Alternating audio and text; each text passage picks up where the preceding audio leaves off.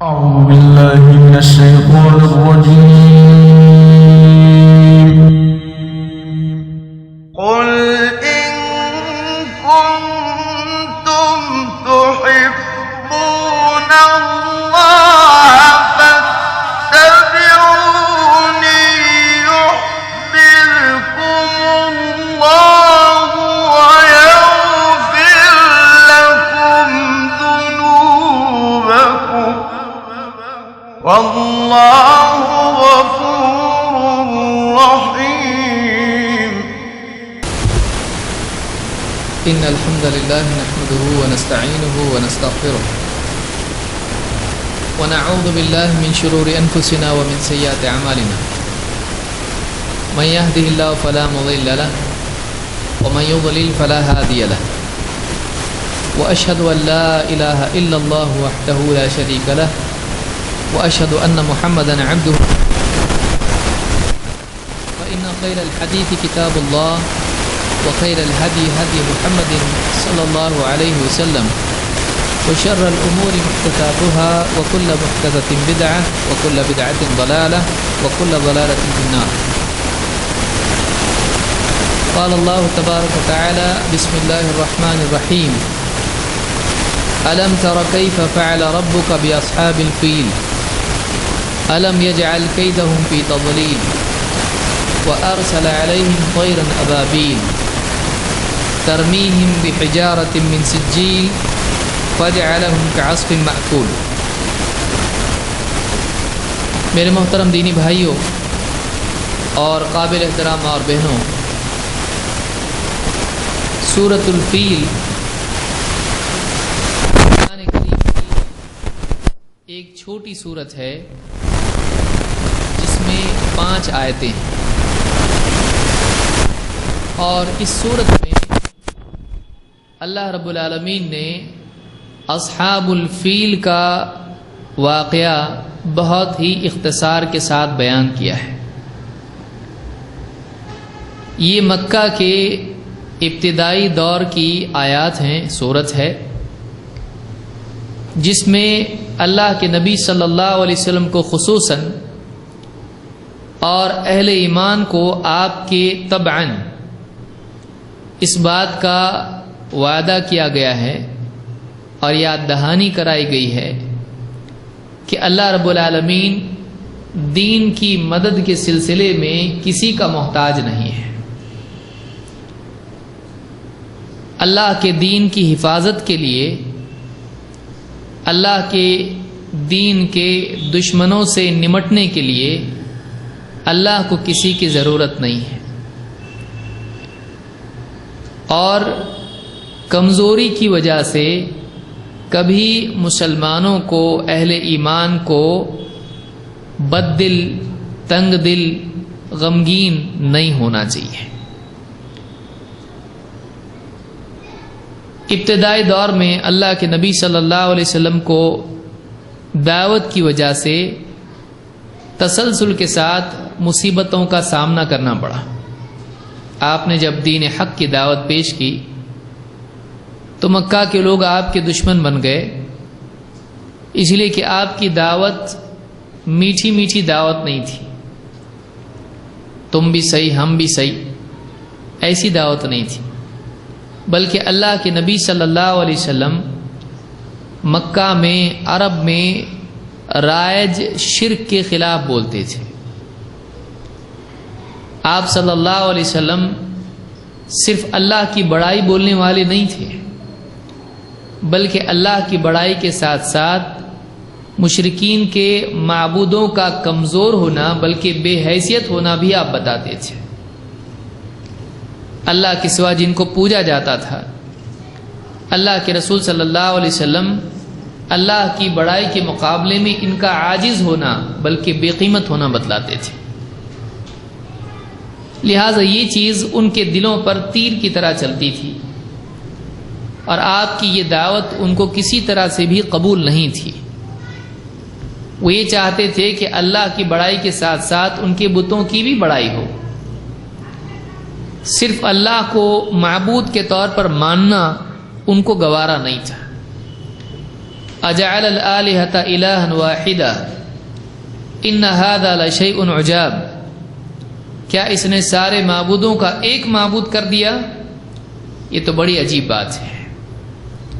لہذا ان کو آپ کی توحید کی دعوت پسند نہیں تھی، ورنہ اللہ کو وہ بھی مانتے تھے، لیکن اس اعتبار سے وہ نہیں مانتے تھے کہ اللہ ہی اکیلا معبود ہے، اللہ کے سوا کوئی معبود بننے کا حقدار نہ ہو، وہ اس کو نہیں مانتے تھے۔ وہ مانتے تھے یہ بھی معبود ہے اور اللہ بھی معبود ہے، یہ اللہ تک پہنچاتے ہیں۔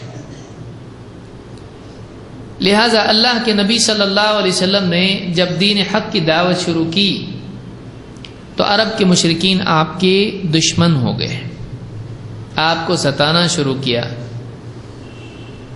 ابتدائی مرحلے میں مذاق، پھر طعن و تشنیع، پھر سازشیں، پھر رشوت کی اور مدد کی، بادشاہت کی اور مال کی پیشکش، اور نئی تو پھر دھمکیاں، تکلیفیں اور ہر قسم کی سازش۔ یہ تسلسل کے ساتھ آپ کی تاریخ میں مکی دور میں آپ کو دیکھنے کو ملے گا۔ اللہ تعالیٰ نے، اور ظاہر بات ہے ایسے وقت میں جب مصیبتیں دعوت کے نتیجے میں آتی ہیں تو داعی کتنا ہی اعلیٰ کیوں نہ ہو، وہ انسان ہوتا ہے، اور خاص طور سے اس کے ساتھ والے، اس کو اپنے ساتھ ساتھ اپنے ساتھ والوں کا بھی سوچنا پڑتا ہے۔ ان کی تکلیف، ان کی مصیبت دیکھ کر اللہ کی مدد کی طرف نگاہیں اٹھتی ہیں، اور اگر مدد دکھائی نہیں دیتی ہے تو بعض اوقات کمزور ایمان والا یا بشری تقاضے کے تحت انسان سوچتا ہے کب آئے گی اللہ کی مدد، کیا اللہ یہ نہیں دیکھ رہا ہے؟ اتنی ساری پریشانیاں، تکلیفیں، مخالفتیں اور یہ سارے دکھ، یہ سارا سب کچھ اللہ دیکھ رہا ہے، تو پھر اللہ کیوں مدد نہیں کرتا ہے؟ تو ایسے وقت میں داعی کے لیے یہ ایک امتحان بھی ہوتا ہے اور بڑی مشکل گھڑی ہوتی ہے۔ ایسے وقت میں اگر اللہ کی طرف سے اس کو تسلی ملے تو پھر دل باغ باغ ہو جاتا ہے، سکون محسوس ہوتا ہے۔ یہی وہ دور ہے جس دور میں اللہ رب العالمین نے یہ آیتیں نازل کی جب آپ صلی اللہ علیہ وسلم کے مخالف عرب کھڑے ہونے لگے تھے اور آپ کی مخالفت ہو رہی تھی، آپ کو ستایا جا رہا تھا۔ سورۃ الفیل، اس میں 5 آیتیں ہیں، اور سارے واقعے کو اللہ نے بالتفصیل بیان نہیں کیا ہے، اس لیے کہ اللہ کو اس کی ضرورت بھی نہیں تھی۔ ہماری آپس کی بول چال میں بھی جب ہم کسی ایسی بات کی طرف اشارہ کرنا چاہتے ہیں جو سب کو معلوم ہے تو پھر سے پوری تفصیل سے بیان کرنے کی ضرورت نہیں ہوتی ہے، بلکہ اس کی طرف اشارہ کر دیا جاتا ہے، کیونکہ ہر ایک کو معلوم ہوتا ہے، وہ تحصیل حاصل ہوتا ہے۔ جو چیز آلریڈی ہے اس چیز کے بارے میں واپس سے ہر ایک کے ذہن میں ہر ایک کو معلوم ہے، پھر اس کو تفصیل سے بیان کرنا یہ مناسب نہیں ہوتا ہے۔ ہاں، عبرت کے لیے اس کی طرف اشارہ کافی ہو جاتا ہے۔ جیسے کسی آدمی نے اپنی زندگی برباد کر دی ہو، پڑھائی نہیں کیا، جاب نہیں لگا، پھر جوا کھیلنا شروع کیا، برے دوست ملے، شراب کی لت میں لگ گیا، اور پھر جوا کھیلا، پیسہ چوری، ڈرگ ایڈکٹ، جھگڑے فساد، پھر زبردستی شادی کی، بیوی کو مار پیٹ کرتا تھا، بچے پیدا ہوئے، بچے بھی صحیح ڈھنگ سے سنبھالتا نہیں تھا، سارا گھر تباہ ہو گیا، صحت خراب ہو گئی، کڈنی، لیور، یہ گردے پھیپڑے سب خراب، اور پھر مر گیا۔ اب جو لوگ اس آدمی کو پوری بستی میں، علاقے میں، شہر میں جانتے ہیں، جب کسی آدمی کو نصیحت کرتے ہیں جو اسی کے راستے پر چلنا چاہے تو کہتے ہیں معلوم نہیں اس کا کیسا ہوا، اس آدمی کے بارے میں تم نہیں جانتے، جیسا اس کا ہوا دیکھ تیرا بھی ایسے ہوگا، اس کے جیسا اس کے راستے پہ مت چل۔ تو اس کے بارے میں پورا نہیں بولتے ہیں، دیکھ بچپن میں ایسا تھا، جوانی میں ایسا ہوا، اور شادی ہوئی اور یوں ہوا تو ہوا، کچھ نہیں بولتے ہیں۔ کیوں؟ اس کو معلوم ہے، اس کا واقعہ فیمس ہے، وہ بستی میں جانا جاتا ہے، اس کے بارے میں پوری تفصیل بتانے کی ضرورت نہیں ہے، اشارہ کافی ہے۔ بولا جاتا ہے دیکھ اس کا کیسا ہوا ویسے تیرا بھی ہوگا، مت کر ایسا۔ اس اعتبار سے اللہ کو تفصیل کی ضرورت نہیں تھی، اس لیے کہ وہ واقعہ عربوں میں معروف تھا، عرب اس کو جانتے تھے، خاص طور سے مکہ والے، کیونکہ وہ واقعہ کہاں ہوا تھا؟ مکہ ہی میں ہوا تھا۔ لہذا اللہ تعالیٰ نے اس صورت میں بہت ہی اختصار کے ساتھ اس واقعے کی طرف اشارہ کیا اور اس میں کچھ باتیں ذکر کی، تاکہ جو آدمی واقعہ جانتا ہے اس واقعے کو پھر سے اگر یاد کرے تو اس کا سبق بہت واضح تھا کہ اللہ کے گھر کو ڈھانے کے لیے آنے والا چاہے طاقت کے ساتھ آئے، اللہ تعالیٰ اس کو برباد کرتا ہے، اللہ کے مقابلے میں کوئی طاقت نہیں چلتی ہے، اور اللہ تعالیٰ اپنے گھر کی، اپنے دین کی حفاظت کرنا خود جانتا ہے۔ لہذا گھبراؤ مت، اللہ محافظ ہے، اللہ حفاظت کرے گا۔ اللہ تعالیٰ نے اس صورت میں کئی باتیں ہیں، اس کو ہم سمجھنے کی کوشش کریں گے۔ اس سے پہلے کہ ہم اس کی ایک ایک آیت کے الفاظ، اس کے معنی اور اس کی تفسیر سمجھیں، اس پورے واقعے کو سمجھنا ضروری ہے کہ ہوا کیا تھا۔ ٹھیک ہے بھائی، عربوں کو معلوم، ہم کو کدھر معلوم؟ عربوں کو معلوم تھا جو زمانے میں اس سورت کے نزول کے وقت موجود تھے، اور وہ واقعہ ایسا تھا گویا کہ انہوں نے ابھی دیکھا ہے، لیکن یہ ہم لوگوں کے لیے تو ڈیٹیل چاہیے۔ لہذا واقعی یہ پورا واقعہ کیا ہے، اس کو اگر کوئی آدمی پڑھنا چاہتا ہے، تفسیر ابن کثیر میں بالتفصیل انہوں نے بہت پیچھے سے اس کو شروع کر کے پورا واقعہ بیان کیا ہے۔ اس کا ایک حصہ میں، بڑا حصہ میں مناسب سمجھتا ہوں کہ بیان ہی اس پورے اقتباس کو جو ابن کثیر رحمۃ اللہ علیہ نے بیان کیا ہے اس کا ترجمہ میں رکھوں، کیونکہ عربی بولتے بولتے لمبا ہو جائے گا، بہت لمبا ہے وہ۔ تو وہ کیا واقعہ ہے؟ سب سے پہلی بات تو یہ کہ سورت کے اختصار سے ترجمہ ہم دیکھ لیتے ہیں تاکہ پورا واقعہ ہماری سمجھ میں آ جائے۔ الم تر کیف فعل ربک، الم تر، کیا تو نے دیکھا نہیں، کیا تم نے دیکھا نہیں اے نبی، کیا آپ نے نہیں دیکھا؟ الم تر کیف فعل ربک، کیسے کیا تیرے رب نے، اے نبی آپ کے رب نے کیا معاملہ کیا، آپ نے دیکھا نہیں؟ باصحاب الفیل، ہاتھی والوں کے ساتھ، اے نبی آپ کے رب نے ہاتھی والوں کے ساتھ کیا کیا آپ نے دیکھا نہیں؟ الم یجعل کیدہم فی تضلیل، کیا اللہ نے ان کی چال کو بھٹکا نہیں دیا؟ کیا اللہ تعالیٰ نے ان کی چال کو غلط رخ پر نہیں ڈال دیا، ضائع نہیں کر دیا؟ وَأَرْسَلَ عَلَيْهِمْ طَيْرًا أَبَابِيلَ، اور ان پر پرندے بھیجیں، غول غول، ابابیل پرندے کا نام نہیں، یہاں پر گروپ کی شکل میں، تفصیل آگے ہم دیکھیں گے۔ ترمیہم بحجارۃ من سجیل، وہ مٹی کی پختہ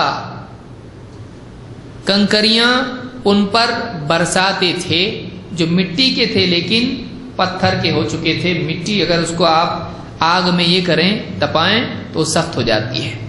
ترمیہم بحجارۃ من سجیل، پکائی ہوئی مٹی کے پتھر ان پر وہ برساتے تھے۔ فجعلہم کعصف مأکول، لہذا اللہ تعالیٰ نے ان کو کھائے ہوئے بھوسے کی طرح کر کے چھوڑ دیا۔ شارٹ اینڈ سویٹ، مختصر ایک دم، لیکن واقعہ اگر سامنے ہو تو عبرت بہت آسانی سے ملتی ہے۔ لہذا اس کے الفاظ اور اس کی تفصیل کو ہم بعد میں دیکھیں گے، پہلے ہم دیکھیں گے کہ واقعہ ہوا کیا تھا۔ یہ ہاتھی والا کون ہے؟ ہاتھی والا بادشاہ تھا ابرہہ، یہ ابرہہ نام سے جانا جاتا ہے، اور یہ آیا تھا کعبہ ڈھانے کے لیے. کیوں، کیا، کیسے، آئیے دیکھتے ہیں. ابن کثیر رحمۃ اللہ علیہ فرماتے ہیں ابرہہ نے نجاشی کو لکھا. میں درمیان سے شروع کر رہا ہوں، پچھلا پورا ڈیٹیل چھوڑ رہا ہوں جس کی یہاں ضرورت نہیں ہے. ابرہہ نے نجاشی کو لکھا کہ میں یہاں یمن میں آپ کے لیے ایک ایسا گرجا تعمیر کر رہا ہوں کہ اب تک دنیا میں ایسا نہ بنا ہو. ابرہہ کا مقصد یہ تھا کہ ایک گرجا تعمیر کیا جائے اور عرب کے لوگ بلکہ سارے لوگ اس گرجا میں آئیں اور اس کا معاملہ، اس کی حیثیت ویسی ہی ہو جائے جیسے کعبہ کی تھی، پولیٹیکلی، سوشلی، فائنینشلی. کیونکہ کعبہ کا جو معاملہ تھا، عرب خاص طور سے قریش کعبہ کے متولی تھے. سارے عرب کا مرکز کعبہ تھا. لوگ آتے تھے وہاں پہ طواف کرتے تھے، حج ہوتا تھا، اور اس کی وجہ سے سرداری اور عزت قائم تھی. اور پھر تجارت وغیرہ کا جو معاملہ ہے، ظاہر بات ہے کہ جب لوگ آتے ہیں کسی علاقے میں تو تجارت بھی بڑھتی وہاں پہ. ابرہہ چاہتا تھا کہ اس کو پھیر دے اور کہاں رکھے، اپنے یہاں یمن میں اس کا سینٹر بنا دے، پورا گرجا بنا دے. کہا کہ آپ کے لیے ایک ایسا گرجا تعمیر کر رہا ہوں کہ اب تک دنیا میں ایسا نہ بنا ہو. اور اس گرجا گھر کا بنانا شروع کیا. بڑے اہتمام اور کر و فر سے بہت اونچا، بہت مضبوط، بے حد خوبصورت اور منقش و مزین گرجا بنایا. بہت اونچا، اس قدر بلند کہ چوٹی تک نظر ڈالنے والے کی ٹوپی گر پڑتی تھی. اتنا اوپر کہ عربوں میں معروف تھا کہ اتنا اوپر ہے کہ اگر دیکھیں گے ٹوپی گر جائے گی. اسی لیے عرب اس کو قلیس کہتے تھے، یعنی ٹوپی پھینک دینے والا. قلنسوا ٹوپی کو کہتے ہیں. تو اتنا اوپر کی ٹوپی گر جائے گی، اس پر سے قلیس، کلیسا لفظ اسی پر سے ہے. ایکلیسٹیاسٹیکل اس طرح سے لفظ وہ استعمال کرتے ہیں. تو اس قدر بلند کہ چوٹی تک نظر ڈالنے والے کی ٹوپی گر پڑتی تھی. اسی لیے عرب اسے قلیس کہتے تھے، یعنی ٹوپی پھینک دینے والا. اب ابرہہ کو ابرہہ اشرم کہتے ہیں. یہ سوجھی کہ لوگ بجائے کعبۃ اللہ کے حج کے اس کا حج کریں. اپنی ساری مملکت میں اس کی منادی کرا دی. عدنانیہ اور قحطانیہ عرب کو بہت برا لگا. اب اس نے کیا کیا، ٹرانسفر کر دیں گے کیا، حج کو. جو مرکزیت کعبہ کی ہے وہی مرکزیت کس کو ملے، اس گرجا کو ملے. لیکن عرب کیسے تھے، عرب کو پسند نہیں تھا. دینی غیرت، جو بھی ٹوٹا پھوٹا دین ان کے پاس تھا ابراہیم علیہ السلام کا، اور کعبہ کی عظمت بلا شبہ ان کے دلوں میں تھی. ان کو یہ بہت برا لگا. تو کہتے ہیں کہ اپنی ساری مملکت میں اس کی منادی کرا دی. عدنانیہ اور قحطانیہ عرب کو یہ بہت برا لگا.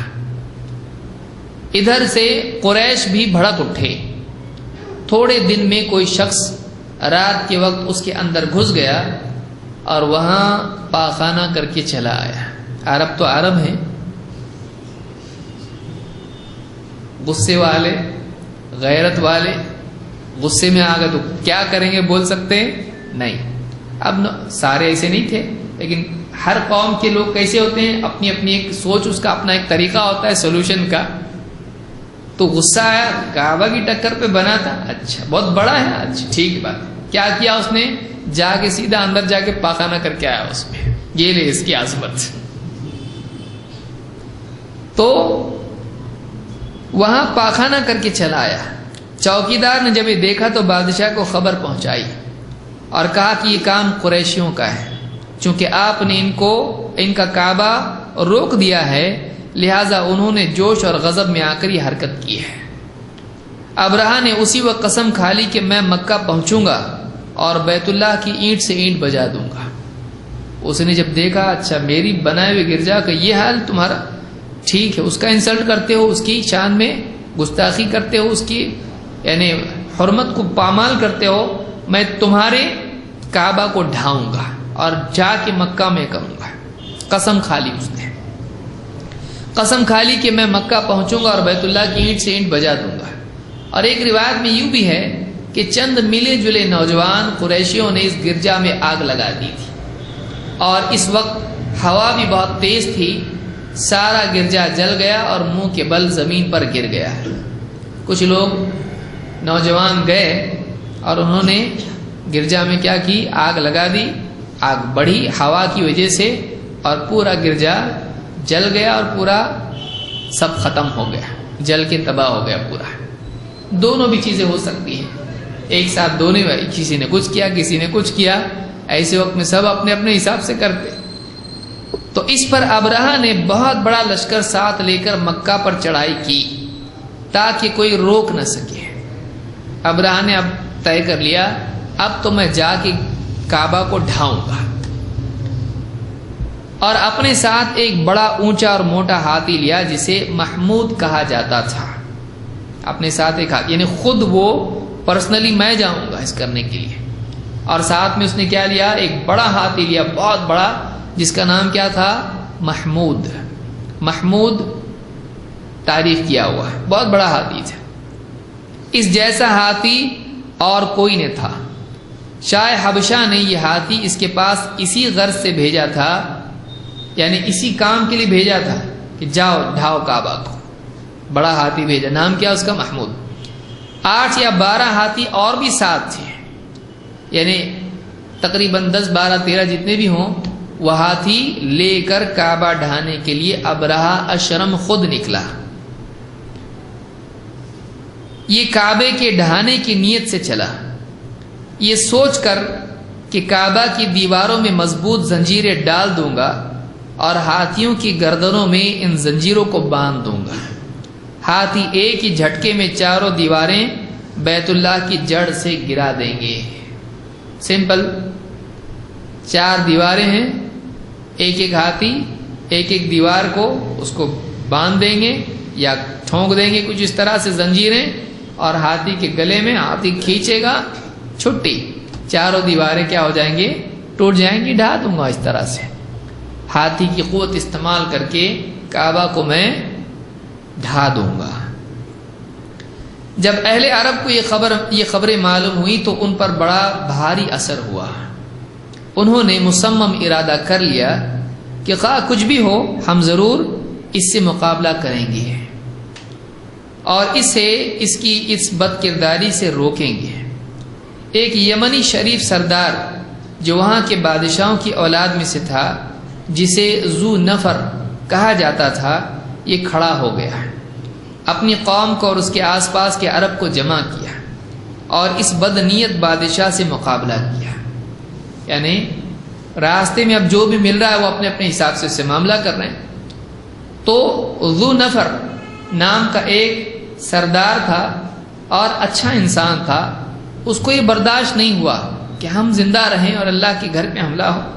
اس نے کیا کیا، اپنے قبیلے کو جمع کیا اور آس پاس کے جو لوگ بھی اس کے ہمنوا ہوئے، جنہوں نے اس کی بات مانی، اس نے ان کو سب کو جمع کیا اور جو بھی ٹوٹی پوٹی فوج جمع ہو سکی اس فوج کو لے کے اس نے اس کے ساتھ مقابلہ کیا. اپنی قوم کو اور کل آس پاس کے عرب کو جمع کیا اور اس بدنیت بادشاہ سے مقابلہ کیا. لیکن اللہ کو کچھ اور ہی منظور تھا. عربوں کو شکست ہوئی اور ذو نفر اس خبیث کے ہاتھ میں قید ہو گیا. اس نے اسے بھی ساتھ لے لیا اور مکہ شریف کی طرف بڑھا.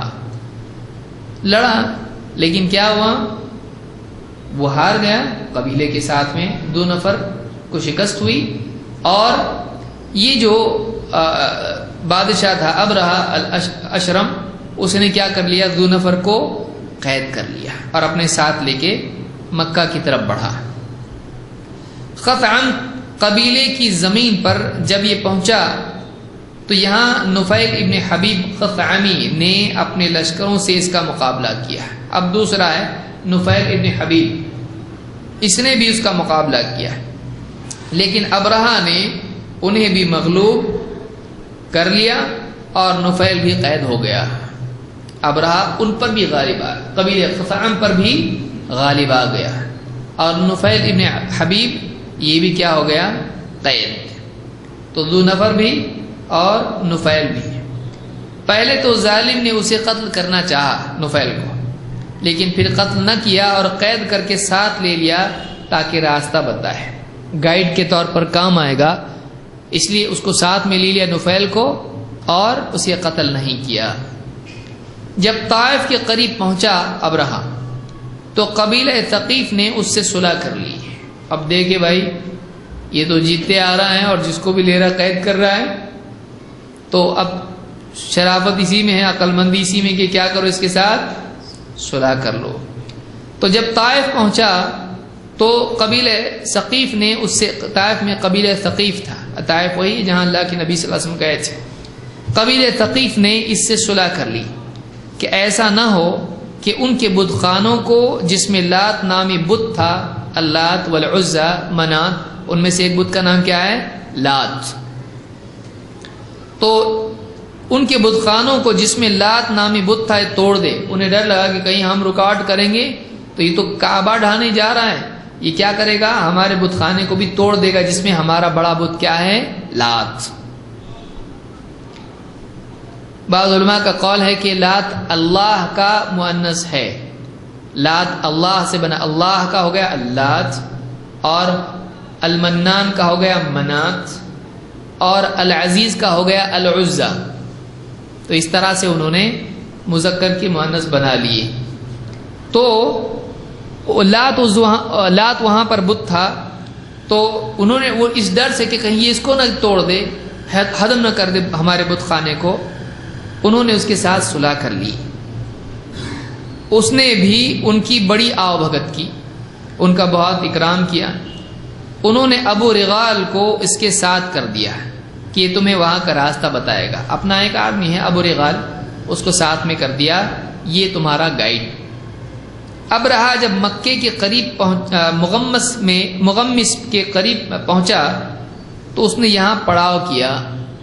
مکہ کے بالکل قریب مغمس میں پہنچا ہو تو اس نے وہاں پڑاؤ کیا. اس کے لشکر نے آس پاس مکہ والوں کے جو جانور اونٹ وغیرہ چر چگ رہے تھے سب کو اپنے قبضے میں کر لیا. ان جانوروں میں 200 اونٹ تو صرف عبد المطلب کے تھے. مکہ کے قریب جب پہنچے ہیں، یہ پورا لشکر پہنچا ہے، تو جو بھی اونٹ آپ وہاں چرتے تھے انہوں نے، فوج نے کیا کیا؟ پکڑو، اونٹ سب قبضے میں اپنے کر لیے. جن میں سے 200 اونٹ کس کے تھے؟ عبد المطلب. عبد المطلب کون؟ اللہ کے نبی صلی اللہ علیہ وسلم کے دادا، اللہ کے نبی صلی اللہ علیہ وسلم کے دادا.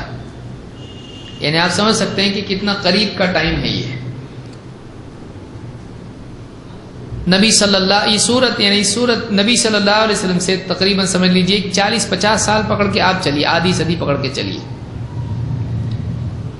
یہاں یعنی نبوت کے پہلے بہت یعنی قریب یعنی آپ کی پیدائش کے قریب کا واقعہ ہے.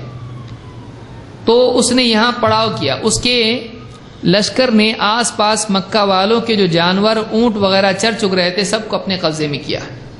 ان جانوروں میں 200 اونٹ تو صرف عبد المطلب کے تھے. اسود ابن مقصود جو اس کے لشکر کے ہر اول کا سردار تھا، اس نے ابرہہ کے حکم سے ان جانوروں کو لوٹا تھا، جس پر عرب شاعروں نے اس کی حجو میں اشعار تصنیف کیے ہوئے تھے جو سیرت ابن اسحاق میں موجود ہیں. اب ابرہہ نے اپنا قاصد حناط حميري مکہ والوں کے پاس بھیجا کہ مکہ کے سب سے بڑے سردار کو میرے پاس لاؤ. مکہ کا سب سے بڑا سردار کون ہے؟ میرے پاس لاؤ، بات کریں گے اس سے. یہ بھی اعلان کر دو کہ میں مکہ والوں سے لڑنے نہیں آیا، پبلک سے میرا کوئی پرابلم نہیں ہے، میں دوسرے کام سے آیا ہوں، میرا ارادہ صرف بیت اللہ کو گرانے کا ہے. ہاں اگر مکہ والے اس کے بچانے کے درپے ہوئے تو لا محالہ مجھے ان سے لڑائی کرنی پڑے گی. تمہارے سے میرا جھگڑا نہیں ہے، بلڈنگ مجھ کو گرانا ہے، کعبہ مجھ کو ڈھانا ہے. اگر تم بیچ میں آئے، تم نے کچھ رکاوٹ پیدا کی، مجھ کو تم سے بھی لڑنا پڑے گا. تم بیچ سے ہٹ گئے کوئی پرابلم نہیں، تمہارا میرا کوئی جھگڑا ذاتی کوئی جھگڑا نہیں ہے. حناطہ جب مکہ میں آیا اور لوگوں سے ملا جلا تو معلوم ہوا کہ یہاں کا بڑا سردار عبد المطلب ابن ہاشم ہے۔ یہ عبد المطلب سے ملا اور شاہی پیغام پہنچایا، جس کے جواب میں عبد المطلب نے کہا واللہ نہ ہمارا ارادہ اس سے لڑنے کا ہے، نہ ہم میں اتنی طاقت ہے، ہم اس سے لڑنا چاہتے نہیں، ہمارے اندر طاقت بھی نہیں، اتنی بڑی فوج کہاں سے لائیں گے جو اس کے ساتھ میں ہے، اس سے کون لڑے گا؟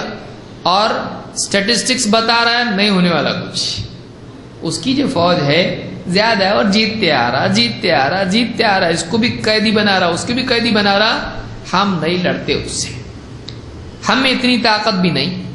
یہ اللہ کا حرمت والا گھر ہے، اس کے خلیل حضرت ابراہیم کی زندہ یادگار ہے، اللہ اگر چاہے گا تو اپنے گھر کی حفاظت خود کر لے گا، اللہ کو حفاظت کرنا ہوگا اللہ خود کرے گا، ورنہ ہم میں تو یہ ہمت و قوت نہیں ہے۔ حناطہ نے کہا کہ اچھا تو آپ میرے ساتھ بادشاہ کے پاس چلیے۔ عبد المطلب ساتھ ہو گئے۔ بادشاہ نے جب انہیں دیکھا تو ہیبت میں آ گیا۔ عبد المطلب گورے چٹے سڈول اور مضبوط قوی حسین و جمیل انسان تھے۔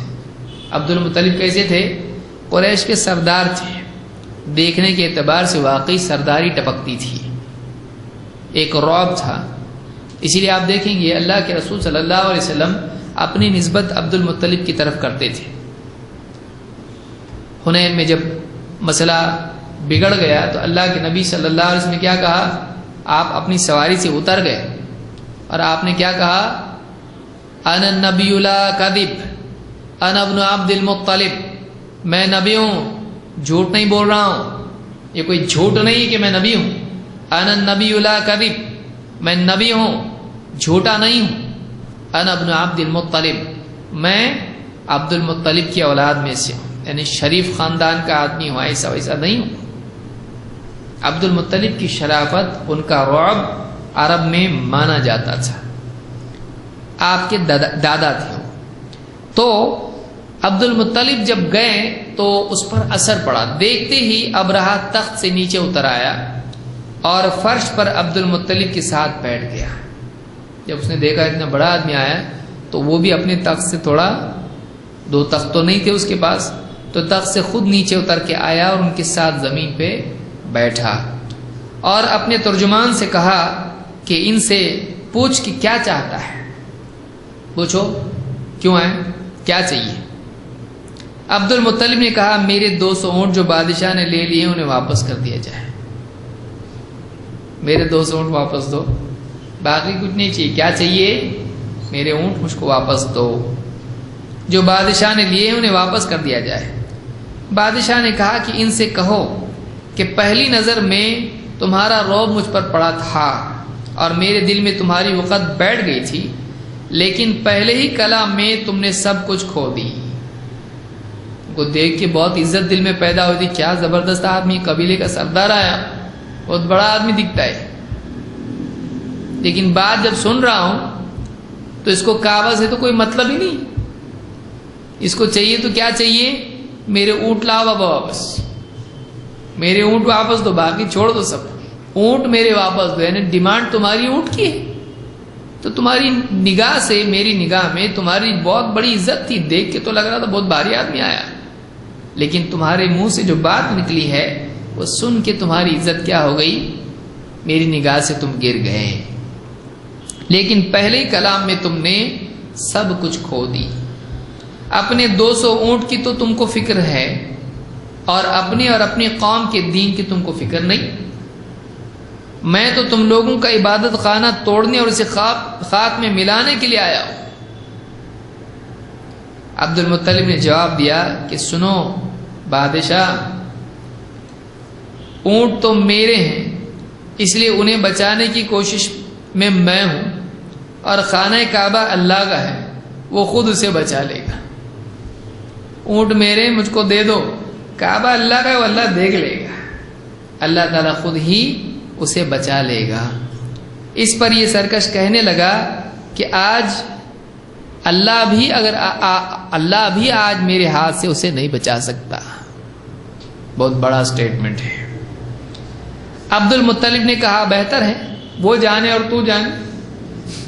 اوکے نو پرابلم, یہ تمہارے اور اللہ ٹھیک ہے بھائی اچھی بات, ٹھیک ہے تو اللہ بھی نہیں بچا سکتا, بولو بہت بڑی بات ہے, بہت بھاری ہے, تو بہت دور سے آیا بابا تو, ٹھیک ہے وہ جانے تو جانے, میرے اونٹ میرے کو واپس لا کے دے تو. عبد المطلب نے کہا بہتر ہے وہ جانے اور تو جانے. یہ بھی مروی ہے کہ مکہ نے تمام حجاز کا تہائی مال ابرہہ کو دینا چاہا کہ وہ اپنے اس بد ارادے سے باز آئے. کچھ لوگوں نے کوشش بھی کی, بھائی لے لو, تم کو پیسہ چاہیے, مال چاہیے, لاؤ بابا, سب قبیلوں کا مال جمع کیے, یہ لو مال, واپس جاؤ. لیکن وہ اس کو مانا نہیں, وہ مال کے لیے نہیں آیا تھا, اس کے پاس خود مال تھا, اس کو مال نہیں چاہیے تھا, اس کو مرکزیت چاہیے تھی. عہدہ مال سے بڑا ہوتا ہے, عزت مال سے بڑی ہوتی ہے. وہ تو چاہتا تھا کہ کعبہ کی بجائے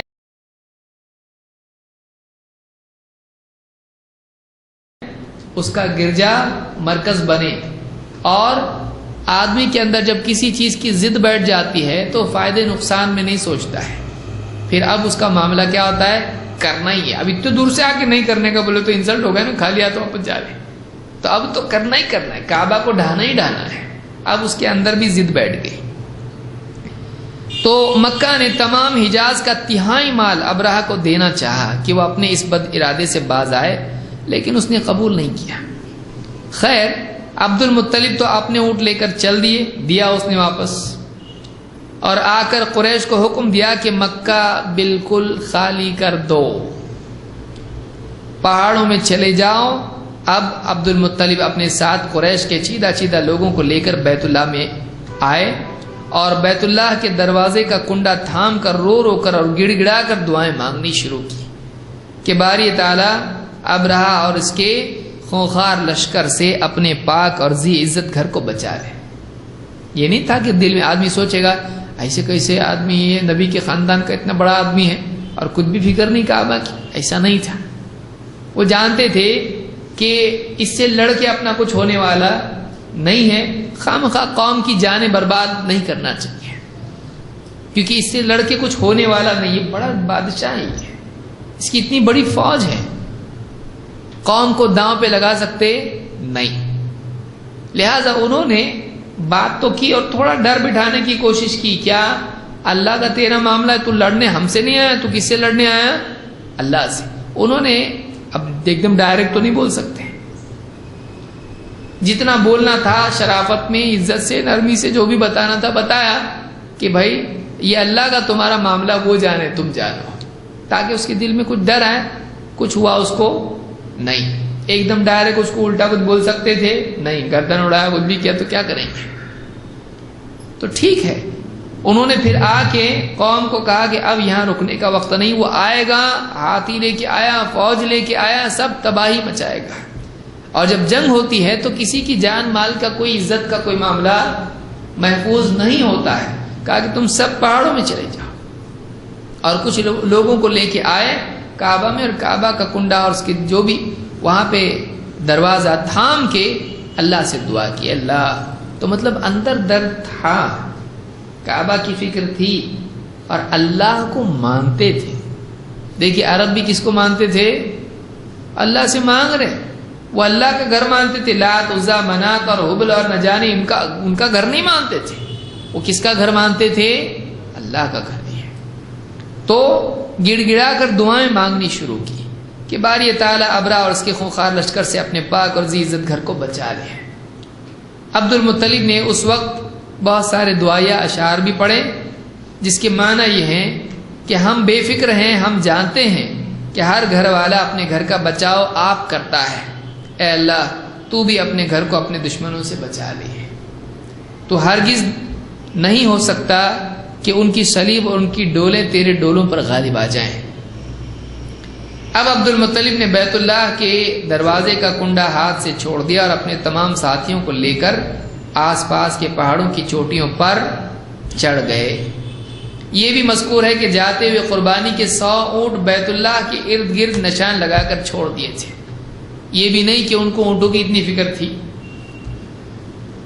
وہ تو ایک اس کو میسج دینا تھا، میرے اونٹ میں لے کے جا رہا، اللہ کا گھر اللہ نپٹے گا۔ وہ جو 100-200 اونٹ جو بھی تھے اس میں سے 100 اونٹ کیا کر دیے، قربانی کے طور پر چھوڑ دیے، نشان لگا کے کہ یہ قربانی کے ہیں، اللہ کے نام پہ۔ کہاں چھوڑ دیے؟ بیت اللہ کے آس پاس چھوڑ دیے کہ 100 اونٹ بیت اللہ کے ارد گرد نشان لگا کر چھوڑ دیے تھے، اس نیت سے کہ اگر یہ بددین آئے اور انہوں نے اللہ کے نام کی قربانی کے ان جانوروں کو چھیڑا تو عذاب الہی ان پر اترے گا۔ یعنی اس نیت سے کہ اللہ کے نام سے اونٹ چھوڑے ہوئے ہیں، اگر اس نے ان اونٹوں کو نقصان اور تکلیف پہنچائی، وہ یہ سمجھتے تھے کہ اللہ تعالیٰ کے نام کے یہ اونٹ ہیں، اللہ کے لیے یہ وقف کیے ہوئے ہیں، یہ اللہ کا مال ہے، یہ اللہ کے لیے دیا ہوا ہے۔ اب اللہ کے لیے چھوڑی ہوئی چیز کو اگر وہ ضائع کرتے ہیں، اللہ تعالیٰ ان پر عذاب ڈالے گا۔ عربوں میں یہ مانا جاتا تھا، اس طرح کے اونٹ بہت مقدس سمجھے جاتے تھے۔ انہوں نے اللہ کے نام کی قربانی کی ان جانوروں کو چھیڑا تو عذاب الہی ان پر اترے گا۔ دوسری صبح ابرہہ کے لشکر میں مکہ جانے کی تیاریاں ہونے لگیں۔ اپنا خاص ہاتھی جس کا نام محمود تھا اسے تیار کیا، لشکر میں کمر بندی ہو چکی تھی اور مکہ شریف کی طرف منہ اٹھا کر چلنے کی تیاری کی۔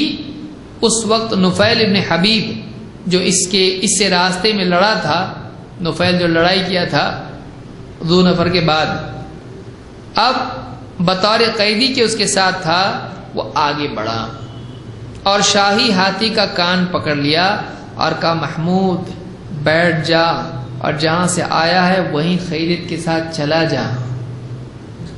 اونٹ اس کا جو ہے یعنی پکڑ کے کان پکڑ کے کیا کہا، محمود کا ہاتھی کا، جہاں سے آیا تھا عزت سے واپس چلا جا، وہی خیریت کے ساتھ چلا جا، تو اللہ تعالیٰ کے محترم شہر میں ہے۔ یہ کہہ کر کان چھوڑ دیا۔ ہر ایک کو جو جو جمرہ تھا، جیسا جیسا آ رہا تھا اس کے ذہن میں، وہ ایسا ویسا کر رہا تھا۔ اب کوئی نبی تو اس وقت میں تھا نہیں، اللہ کے رسول صلی اللہ علیہ وسلم تو ابھی پیدا بھی نہیں ہوئے، سارا چل رہا ہے وہاں پہ۔ اب جس کی ذہن میں جو آ رہی ترکیب، اللہ کے گھر کے لیے جو بھی کرنا چاہ رہا کر رہا ہو، کان پکڑ کے بولا جا رہے بابا واپس، تو مت آئے ادھر، تو جہاں سے آیا تھا وہیں چلا جا۔ تو اب یہ کہہ کر کان چھوڑ دیا اور بھاگ کر قریب کی پہاڑی میں جا چھپا۔ اتنا بول کے ڈیوٹی ختم۔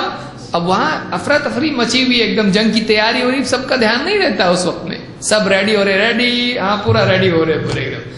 نفیل نے کان میں بولا اور جو بھاگا تو پہاڑی کے اوپر جا کے چھپ گیا، میرا کام ہو گیا۔ اب یہ کہہ کر پہاڑی میں جا چھپا۔ محمود ہاتھی یہ سنتے ہی بیٹھ گیا۔ جب اس کے کان میں بولا اس نے، تو اللہ کا کرنا ایسا کہ اس کی سمجھ میں آ گئی بات۔ اب ہاتھی سنتے ہی کیا ہو گیا، ابھی تو مین ہاتھی ہے نا، یہ کنگ ہاتھی ہے، باقی ہاتھی سب اس کے کیا ہے، پیچھے ہیں، مین یہ ہے، اور وہ عزت والا ہاتھی ایک دم۔ اب وہی بیٹھ گیا، سنتے ہی بیٹھ گیا۔ اب ہزار جتن فیل بان کر رہے ہیں، لشکری بھی کوشش کرتے کرتے تھک گئے، لیکن ہاتھی اپنی جگہ سے ہلتا نہیں تھا۔ سر پر آنکھ مار رہے ہیں، ادھر ادھر سے بھالے اور برچے مار رہے ہیں، آنکھوں میں ڈال رہے ہیں، غرض تمام جتن کر لیے، لیکن ہاتھی جنبش بھی نہیں کرتا، بالکل ہلنے کو تیار نہیں۔ مار مار مار کے ہٹ رہے، اٹھ اٹھ اٹھ، نہیں، ہلنے کے لیے تیار نہیں۔ ہاتھی تھا، نہیں اٹھ رہا ہی نہیں وہ بالکل،